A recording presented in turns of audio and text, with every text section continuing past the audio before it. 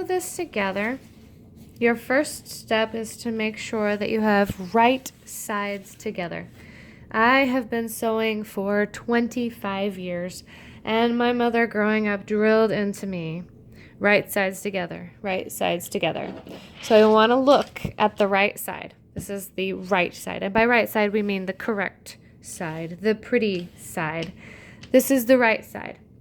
Now, on the next layer, you have your other piece of PUL, the one with the hole in it. The right side in this case is the part that you want to see when the product is finished. And in this case, that is the fabric side, not the shiny side. So you'll put right sides together. You'll put the fabric side facing, in this case, my brown side. So what you will see, check for this just real quick, you'll see the shiny on this side, and when you flip the whole thing over, you'll see the shiny on that side as well. That will mean you have right sides together. And so what I will do is I will literally sew all the way around this diaper shape, just like it is. Now, a lot of people, especially just starting out, you'll want to pin it or, I don't know, hold it together somehow, especially if you don't have the right foot for this, for your sewing machine. I'll talk about that in just a second. If you pin this together, try to make sure that you pin it in what they call the seam allowance. And that is the space between the edge, the outside edge of the fabric, and your stitching. So your stitching is going to be probably 1/4 to 1/2 an inch in the fabric. So when you pin it, you'll want to make sure you put your pinholes out here. And that is because this is a plastic coating on the fabric, or it's a plasticky sort of coating. It's not actually plastic, but it makes it water resistant. If you go poking holes in your water resistant layer and those holes don't mend themselves in the dryer, then you've basically, put a hole in your diaper and it's gonna be there permanently. Now, some of the times you can throw it in the dryer on high heat and it'll sort of mend those holes back together, but I wouldn't take that risk that those holes may not go back together. So I would, at the very least, stay outside of the seam allowance with your pins. Now, I have also seen people use hair clips, bobby pins, not clothespins, not safety pins. What am I trying to think of? It's 1 a.m. here. I swear, it's late. Paper clips. I've seen people use paper clips. Just make sure that when you're sewing along, you're taking them out as you go. I can't imagine trying to take a paper clip out after you've sewn across it, because it's like bent, wrapped around itself. It's late. 1 a.m. I swear. Okay, let's get started. Now we're at the machine. I have all of my fabric lined up already. You just saw that. Here is a couple of things I want to talk about. My sewing machine, being 25 years old, came with a handful of what my mom calls foot feet. I don't even know if that's the right term. I grew up sewing with my mother, so what she calls things, I call things. I think that's just how it goes. So these foot feet, as she calls them, came with this sewing machine. And this is nasty and dirty. And you'll see I've got all kinds of interesting things in here. I don't know what most of these do. I've been sewing for 25 years and I have no idea what most of these do. So I'm going to explain the ones I do know. The one that's on it now is the one that has a 0. The 0 is sort of your multi-purpose or all-purpose foot. Let me try to explain what happens if you simply sew without these two being pinned together. Now, we're talking about the shiny side here and the shiny side here.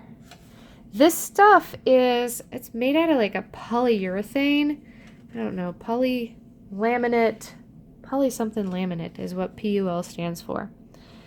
And it's not super slippery.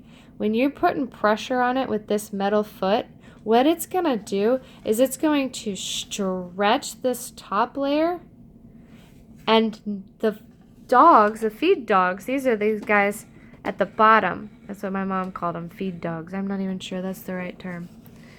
But it's the guys underneath here that pull the fabric through. Feed dogs.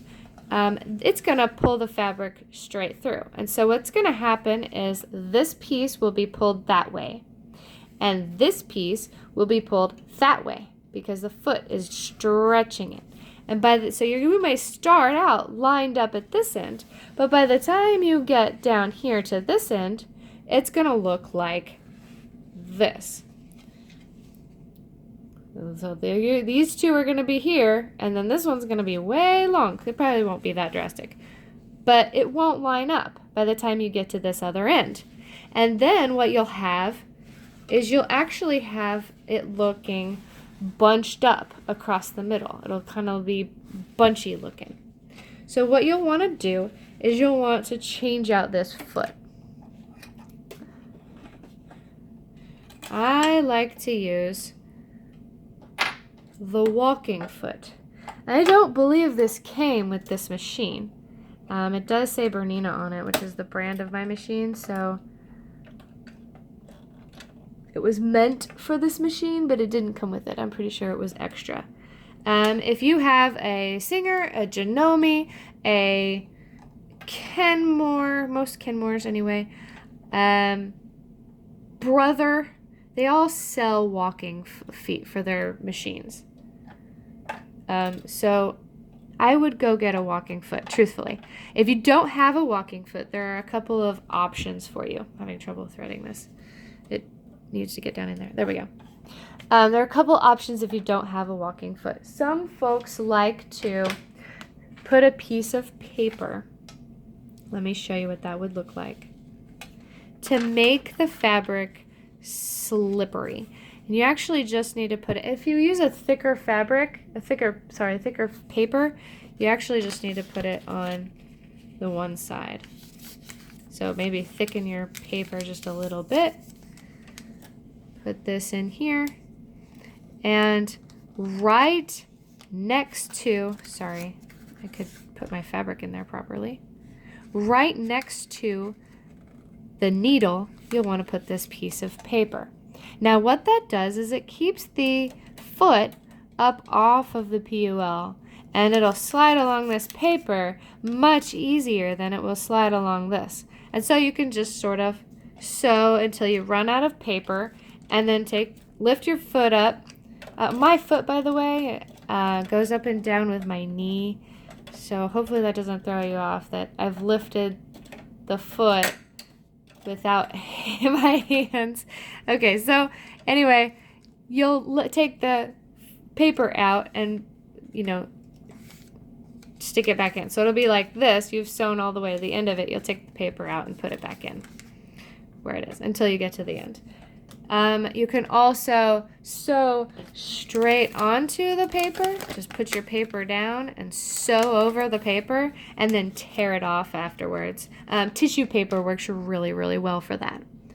Just grab some tissue paper, and now I don't need to do that, and like I said, I've been sewing for 25 years, so I'm just gonna, go at it here. But I like to line it up just a little bit. Get that in there. My sewing machine is 25 years old, so it has some quirks. I have to actually hold the end of my thread. What was that? My super old machine messing up. Start over.